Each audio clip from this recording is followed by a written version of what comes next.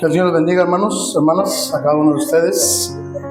Vamos a continuar con el análisis que estamos haciendo de los profetas menores. Vamos a continuar con esta serie, 12 testigos de la justicia y la fidelidad de Dios.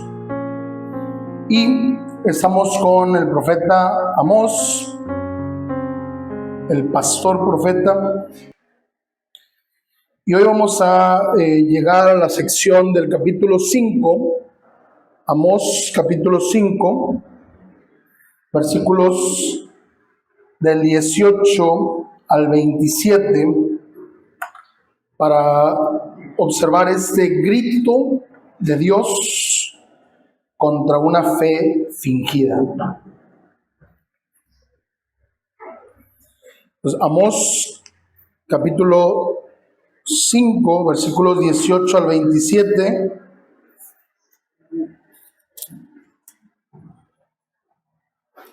Vamos a leerlo alternadamente. Inicio yo. Alternamos. Amós 5, 18 al 27. Nos unimos en el versículo 27. Lo leemos alternadamente. Dice la palabra del Señor: Ay de los que desean el día de Jehová.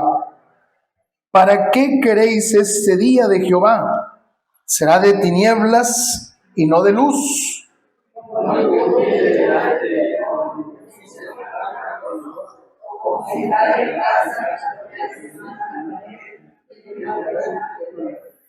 ¿No será el día de Jehová tinieblas y no luz, oscuridad que no tiene resplandor?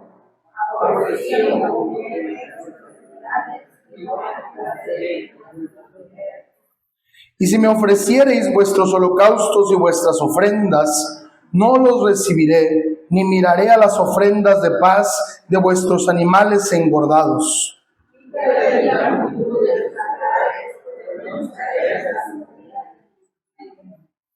Pero corra el juicio como las aguas, y la justicia como impetuoso arroyo.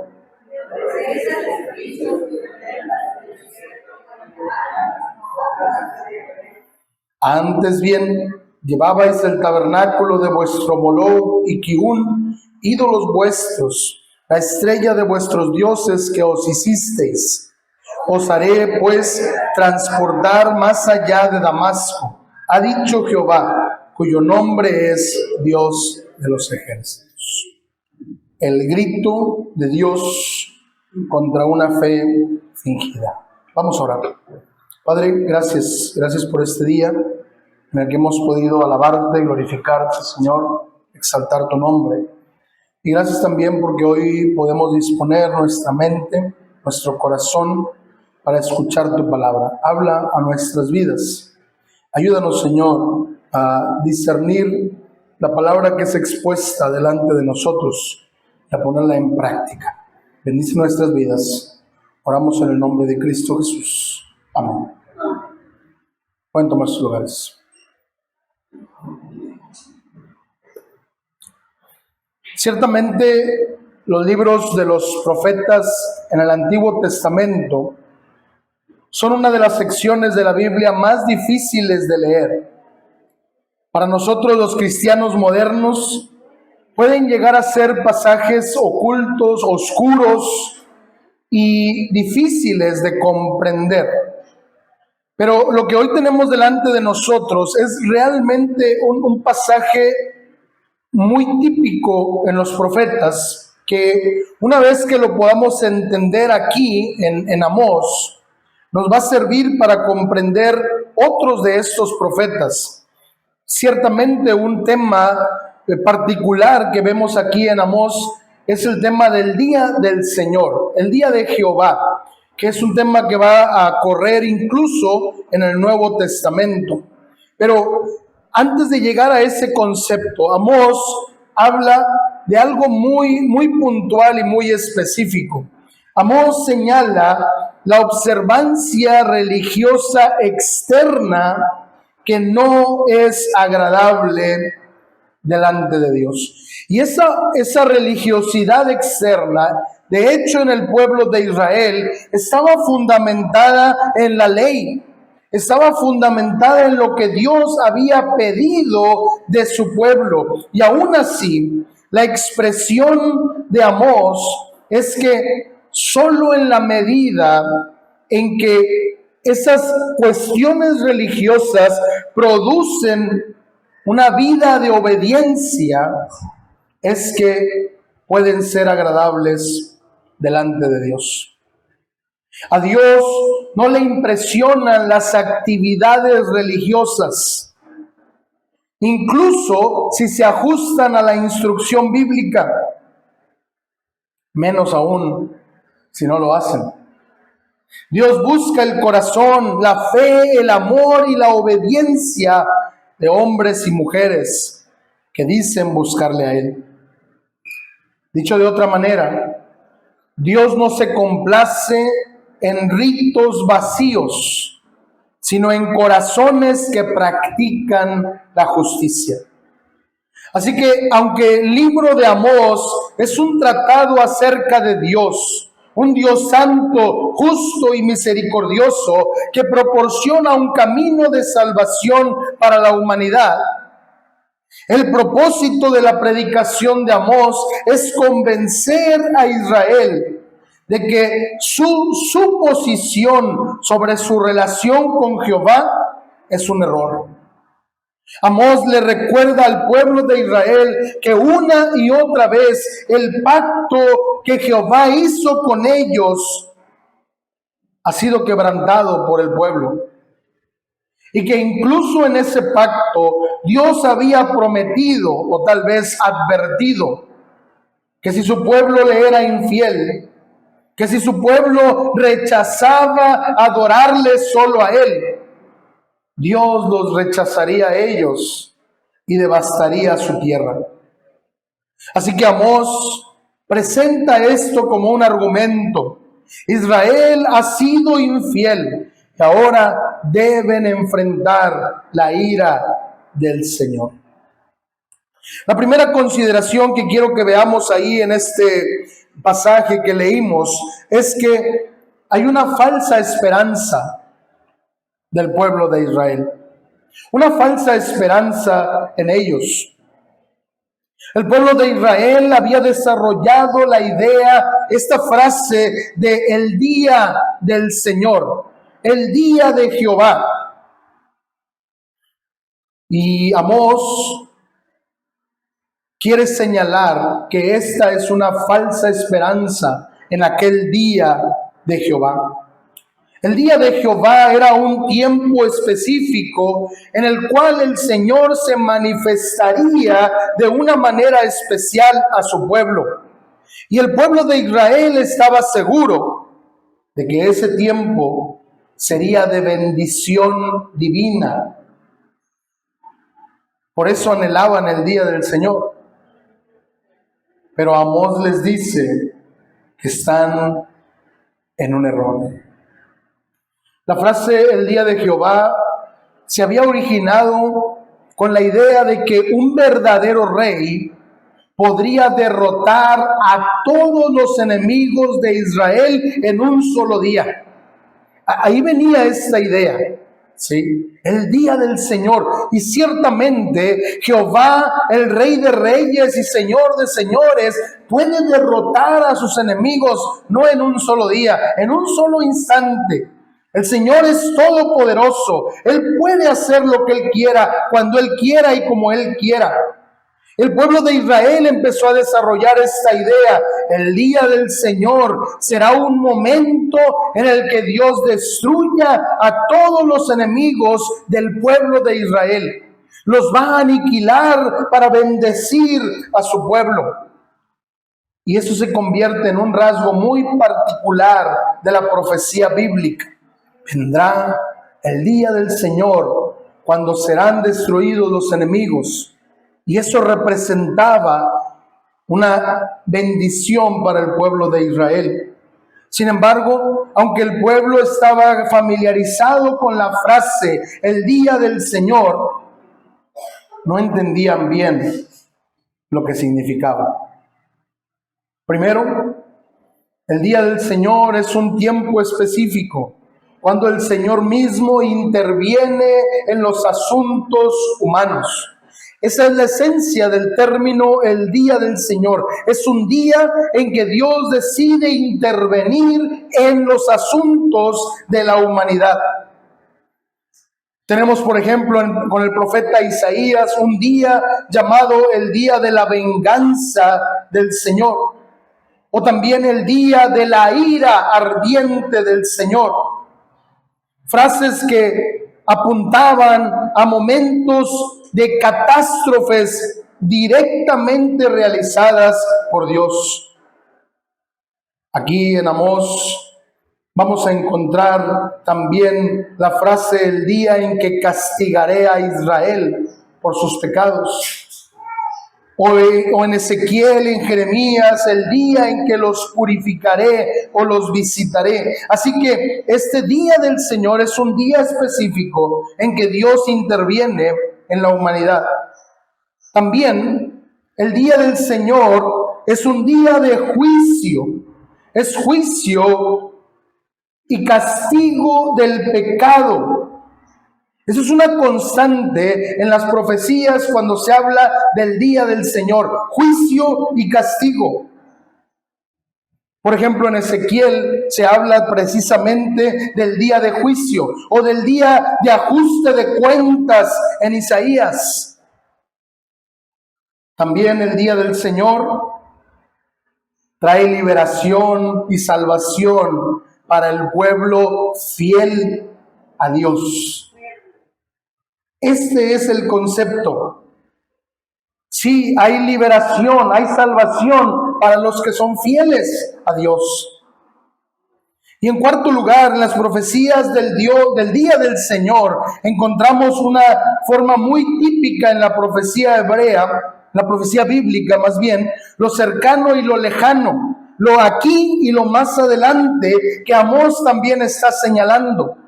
Para Amós, el día del Señor que se aproxima es la destrucción que va a llegar a manos de Asiria sobre el pueblo de Israel. Pero para Amós, el día del Señor es un día final, donde habrá un juicio para todas las naciones, un juicio universal, y donde será consumada la salvación del Señor. Así que todo esto es el concepto del día del Señor.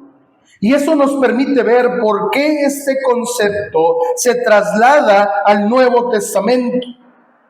Pero en el Nuevo Testamento, el día del Señor se usa con un único propósito, y es hablar de la segunda venida de Cristo. La segunda venida de Cristo que nosotros esperamos es el día del Señor. Es el día, un día específico, cuando Dios va a intervenir en los asuntos de la humanidad y va a castigar los pecados de las personas y va a bendecir a los que son fieles al Señor. Ese es el día del Señor para nosotros hoy. Pero Amós está hablando para el pueblo de Israel.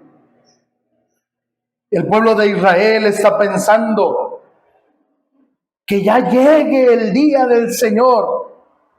Ya queremos que llegue el día del Señor. Y Amós les dice, no quieren eso. Porque ustedes están pensando que el día del Señor va a ser de salvación y bendición, pero no. Porque esa salvación y bendición están reservadas para los que son fieles a Dios. Eso es lo que está diciendo Amós al pueblo. Ustedes creen que será bueno el día del Señor, pero no. Porque el día del Señor trae juicio, castigo para los pecadores. Así que Amós está confrontando al pueblo de Israel, porque ahora ellos no son amigos de Dios, son enemigos de Jehová. Y el día que ellos esperaban como día de luz será oscuridad. Porque confiaron en rituales, pero se olvidaron de Dios, aquel Dios que los llama al arrepentimiento. Este concepto en el Nuevo Testamento sigue vigente. Hay personas que llegan a dar por sentada su paz con Dios. Hay personas que creen que están bien con Dios, cuando la palabra del Señor nos advierte que para tener paz con Dios es necesario nacer de nuevo. Que aquel que no tiene a Cristo en su corazón como Señor y Salvador personal, no tiene paz con Dios. Y aunque para los que somos hijos de Dios, el día del Señor es un día de bendición, porque le veremos cara a cara y estaremos con Él por la eternidad. Al mismo tiempo, el día del Señor, para aquellos que no conocen a Cristo de manera personal, será un día de juicio y de condenación. El Nuevo Testamento nos registra las palabras del Señor Jesús, cuando personas se acercan y le dicen: Señor, en tu nombre hicimos tal o cual cosa, en tu nombre predicamos, en tu nombre echamos fuera demonios, y el Señor dice: apártense de mí, nunca los conocí. Así que la situación que estaba viviendo el pueblo de Israel no era exclusiva de ellos. Es una condición espiritual que vivimos hoy. Y déjeme ser puntual antes de avanzar con la segunda consideración. Si usted cree que está bien con Dios por asistir de vez en cuando a la iglesia, si usted cree que está bien con Dios por leer la Biblia o por poner música cristiana en la radio o en las redes o por postear un versículo en el Facebook, déjeme decirle que usted está en un gran error. La única manera de tener paz con Dios es a través de Cristo Jesús. Y ahí es donde Amós nos permite avanzar a la segunda consideración: la religión inútil. La conducta de Israel tenía dos caras. Por un lado estaba el día en que llegaban al templo y llevaban un sacrificio y llevaban ofrendas para Dios. Por otro lado estaban los demás días en las que se comportaban, como ya vimos anteriormente en esta serie, oprimiendo a los pobres, los ricos haciéndose cada vez más ricos, los pobres cada vez más pobres, sobornando a los jueces, comprando la justicia. Así que el problema de Israel en aquella época de Amós era que habían perdido de vista la promesa de Dios de juzgar a los que fueran infieles. El pueblo de Israel era muy religioso, se tomaban muy en serio lo que Dios había ordenado en cuanto a la religión. Incluso creo que más en serio que la mayoría de la gente hoy en día. El pueblo peregrinaba 3 veces al año de donde estuvieran. Subían para ir a Jerusalén, para estar en el templo. Una escena de esto lo vemos en Hechos 2, cuando de todas partes, de varios países, había judíos en Jerusalén, porque era una fiesta importante para ellos. Peregrinaban hacia el templo, llevaban sacrificios y ofrendas para el culto. Imagine lo que les costaba llevar un becerro, un cordero, y lo gastaban para llevarlo a sacrificárselo a Dios. Amaban la música, volvían a su casa bien contentos, tal vez hasta decían: se sintió la presencia de Dios ahí en el culto. Pero Amós está señalando puntualmente que si la religión no lleva a una persona a tener un encuentro real con Dios, es una religión inútil. Y no se trata de cuántas veces venimos al culto, no se trata de cuánto damos en la ofrenda, no se trata de cuántos cantos nos sabemos o cuántos versículos nos hemos aprendido. Se trata de cuánto hemos cambiado en nuestra forma de vivir día a día. Lo que Amós está diciendo es que los himnos que el pueblo de Israel cantaba para Dios eran ruido solamente, que Dios no se está agradando de los cantos. Por ahí utiliza la palabra salmodias, que tiene que ver con el libro de los Salmos, que era lo que utilizaba el pueblo de Israel para cantar. Dios no se está agradando de los cantos. Lo que el pueblo de Israel cantaba era ruido a los oídos de Dios. Sus ofrendas eran un insulto. Y es que la verdadera adoración no se mide en sacrificios, sino en justicia. Y ahí el versículo nos permite observar este ejemplo.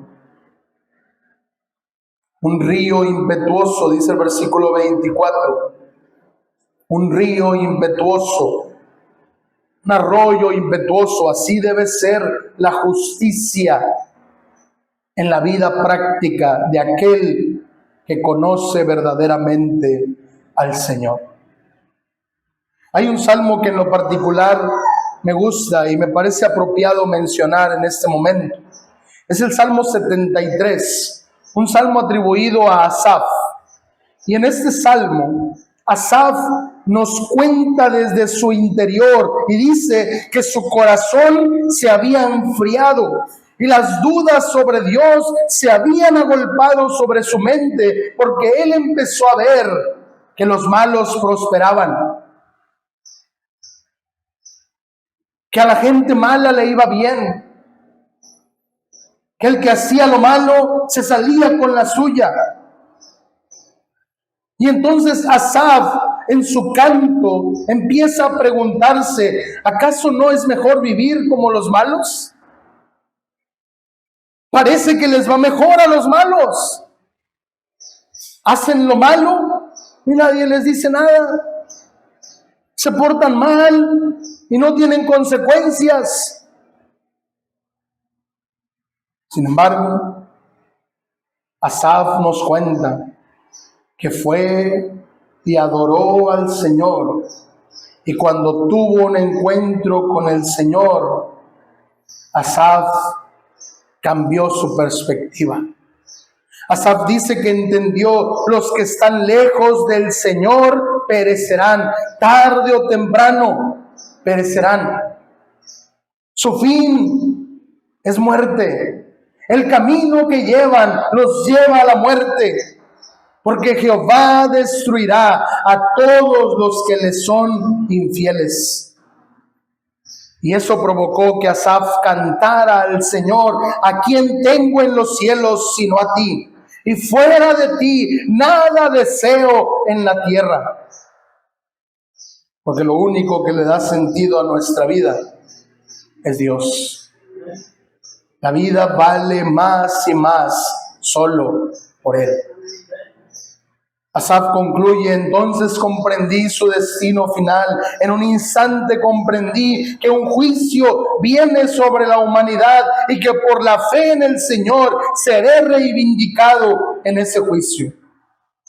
Así que Amós no está predicando del día del Señor para vengarse del pueblo indiferente. Amós está predicando el día del Señor con la esperanza de que Israel se salve, de que algunos del pueblo de Israel levanten la vista al Dios verdadero y vivo, y que al ver a Dios, realmente a Dios, vuelvan a poner su confianza en Él y lo amen y lo sirvan. Y es que, mis amados hermanos, nunca amaremos verdaderamente a Dios si no tenemos temor de Él primero. Y cuando hablo de temor, no estoy hablando de miedo, estoy hablando de respeto, de reconocer quién es Dios. Cuando usted conoce quién es Dios verdaderamente y cuánto le ha perdonado a usted, entonces le ama y le sirve, porque la salvación viene de Dios. La tercera consideración que encuentro en este pasaje es que Amós habla del castigo inminente. Ahí en los versículos 25 al 27, primero el Señor presenta una ironía sobre la historia del pueblo de Israel. Les recuerda al pueblo de Israel cómo fueron liberados de la tierra de Egipto. Pero al mismo tiempo, aunque apenas venían saliendo de la esclavitud, en lugar de ser fieles al Señor, le fueron infieles. Y Amós pregunta, en el desierto, dice Jehová, ¿me ofrecieron sacrificios y ofrendas? Es una pregunta retórica que lleva a la respuesta negativa. No, ahora el pueblo sí había hecho sacrificios al Señor. Después de que se instituyó el tabernáculo, comenzaron con las prácticas religiosas. Pero ¿por qué el Señor está diciendo que no?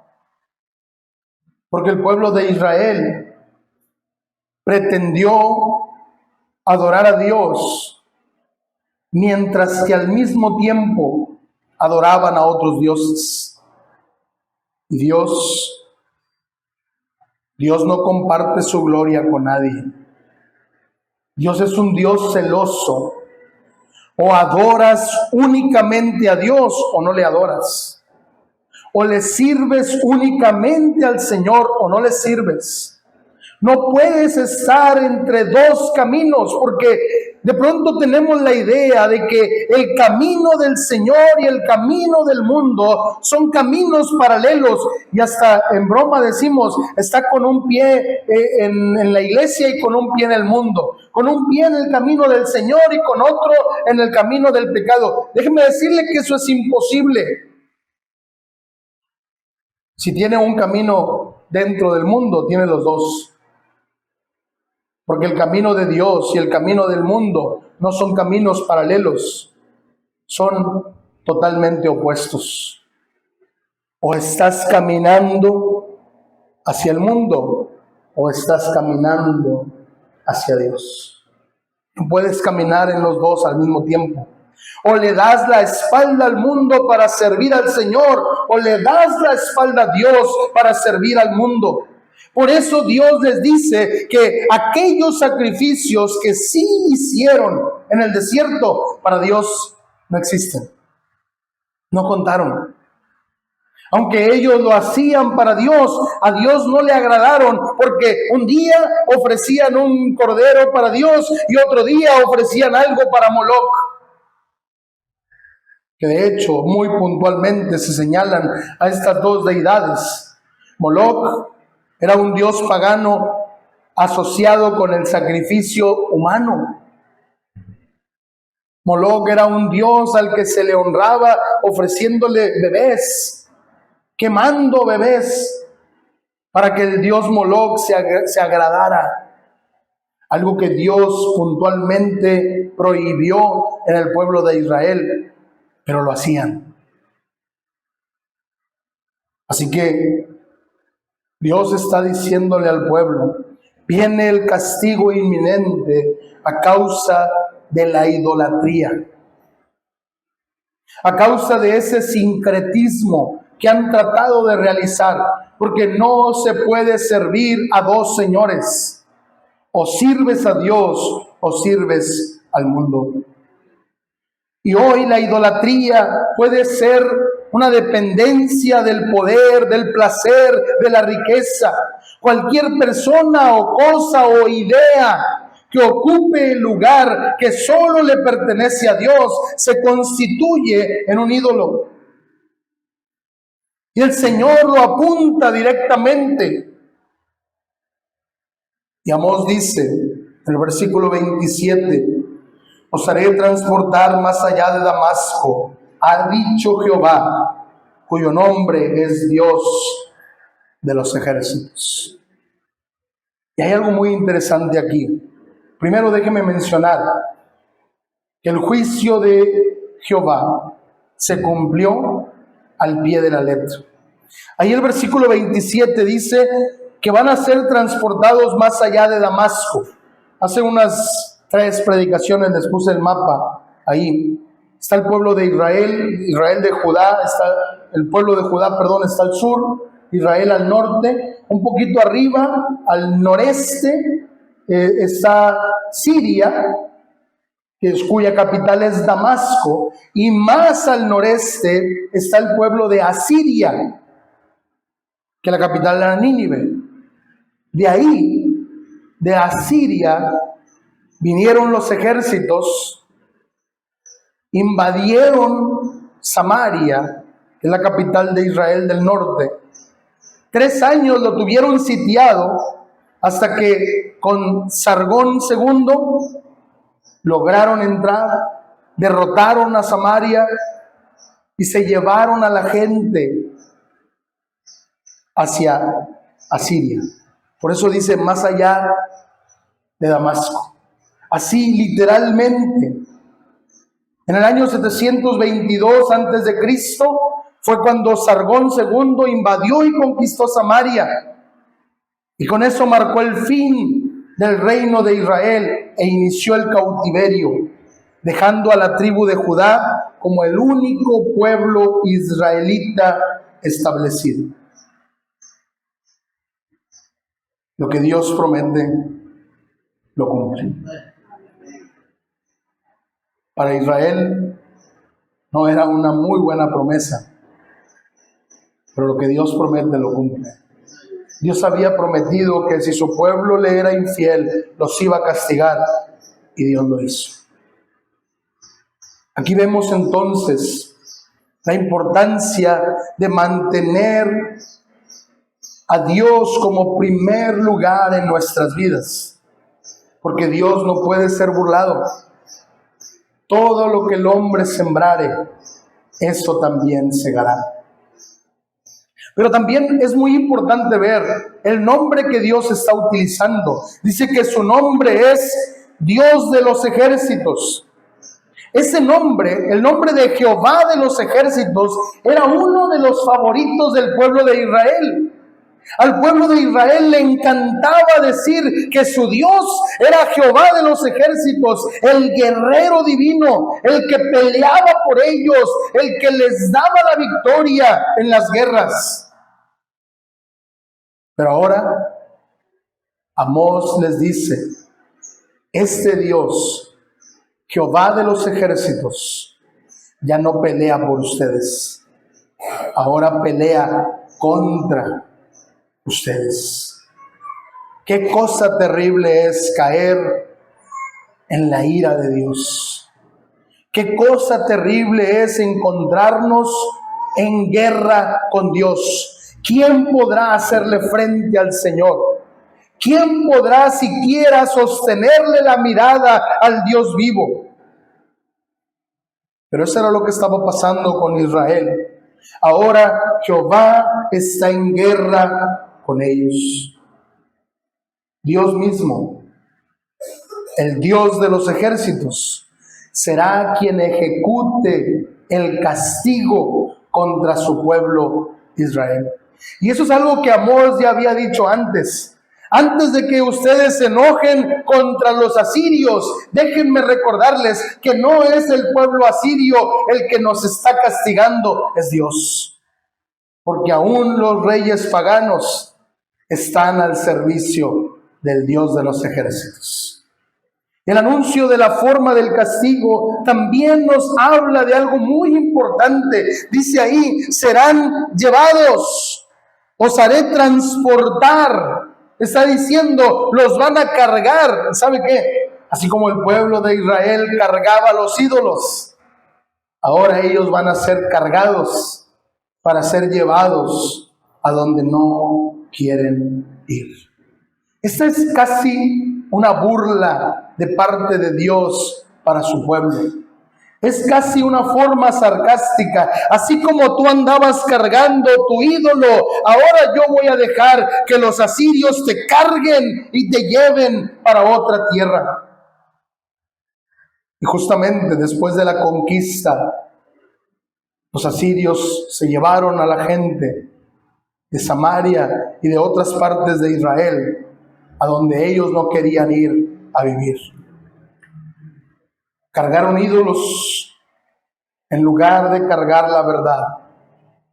Y el juicio que evitaron con esas ceremonias, o lo que pretendieron evitar llevándole un sacrificio al Señor, los alcanzó en el destierro. Ese juicio entonces es un recordatorio contundente de que Dios no comparte su gloria. El que adore a lo creado en lugar de al Creador se encontrará en serios problemas. No podemos adorar a las criaturas. El único que merece la gloria es el Creador, el Dios verdadero. Aquí nos vendría bien hacernos una pregunta. ¿Qué ídolos estamos cargando hoy? Tal vez en la idolatría moderna no tenemos estatuas, pero sí hay prioridades en nuestra vida que desplazan a Dios. Comodidad, éxito, aprobación, dinero. Tenemos que analizar qué es lo que ocupa el primer lugar en nuestra vida. Porque si estamos cargando ídolos, el Señor vendrá y juzgará. Y el Nuevo Testamento puntualiza que es necesario que el juicio comience por la propia casa del Señor. Así como el pueblo de Israel, hoy en día muchos asisten al culto del domingo, pero sirven a otros dioses en secreto. Pero Dios sigue siendo santo y justo. Y su juicio es inevitable para aquellos que persisten en la rebelión. La única esperanza en aquel tiempo para Israel y para nosotros hoy, la única esperanza es el arrepentimiento verdadero, romper con los ídolos, darle la espalda al mundo y seguir al único Dios verdadero. Los cristianos podemos llegar a creer que el Señor se conforma y contenta con nuestros ritos religiosos.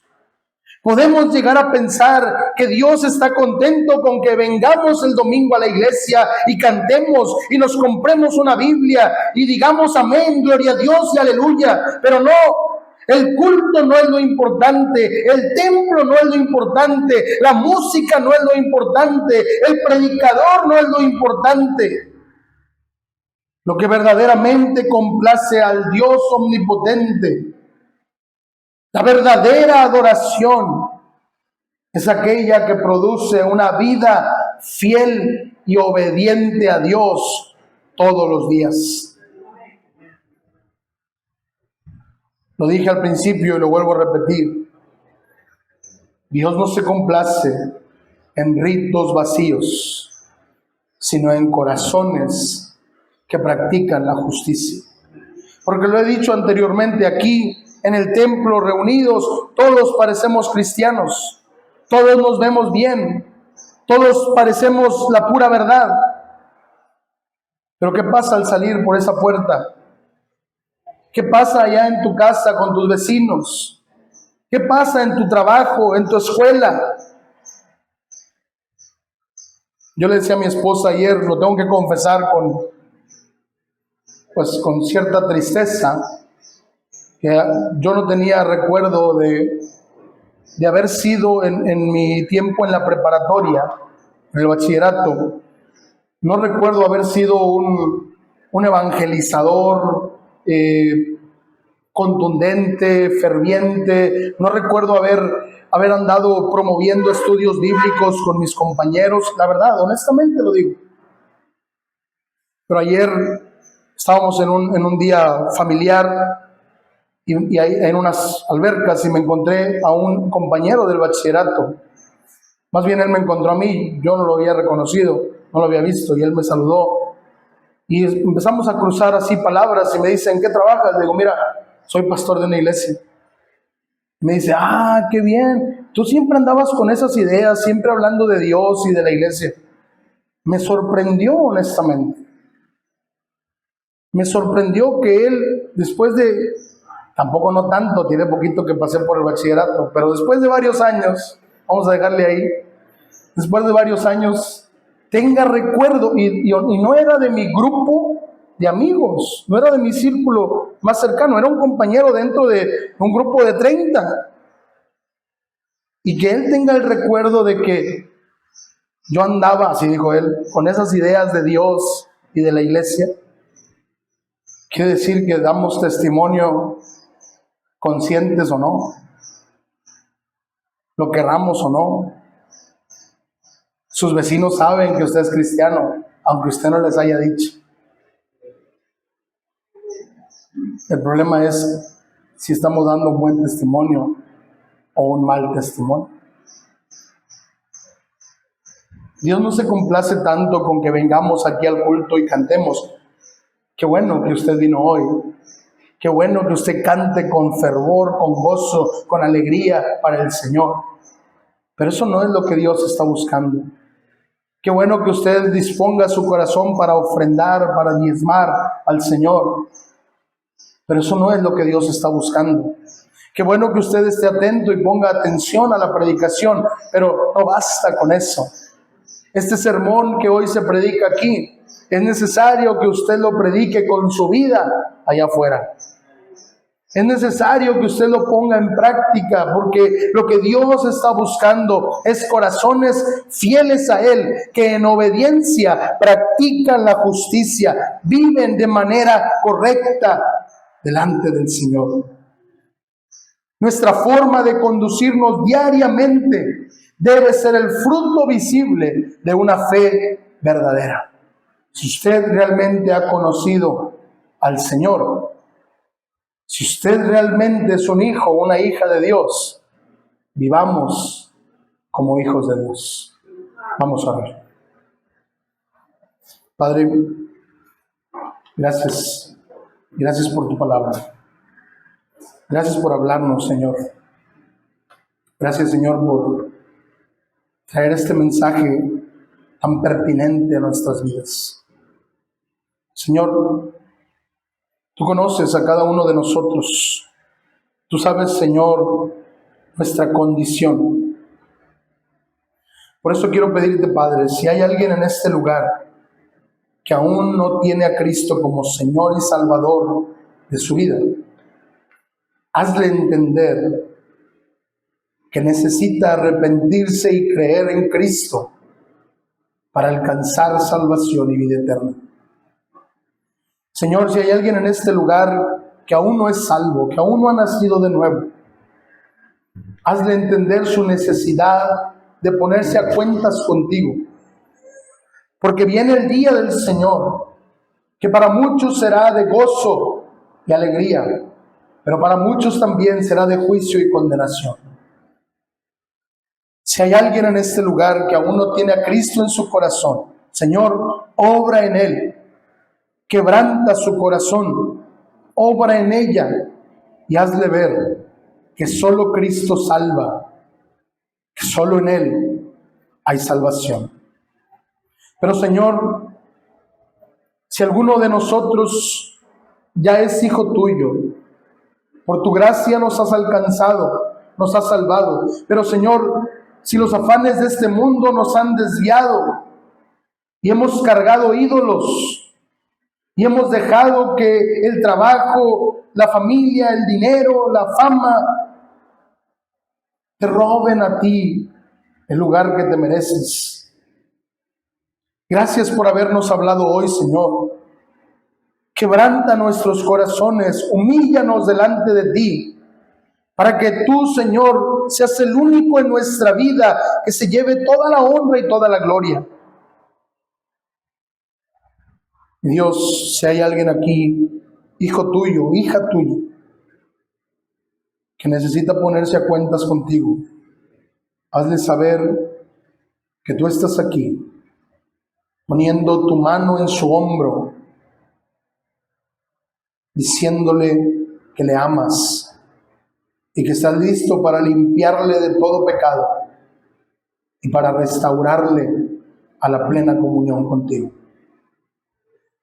Señor, para aquellos que te conocemos y que en tu gracia nos permites permanecer fieles a ti, ayúdanos para ser de bendición a otros, reconciliando al perdido con Cristo, restaurando a nuestro hermano caído, anhelando el regreso de Cristo Jesús, para que cuando Él venga, le veamos con gozo, para estar con Él por toda la eternidad. A ti, Señor, hoy y siempre, toda la honra y toda la gloria, en ese nombre que es sobre todo nombre, de Cristo Jesús. Amén. Amén. Que Dios los bendiga grandemente.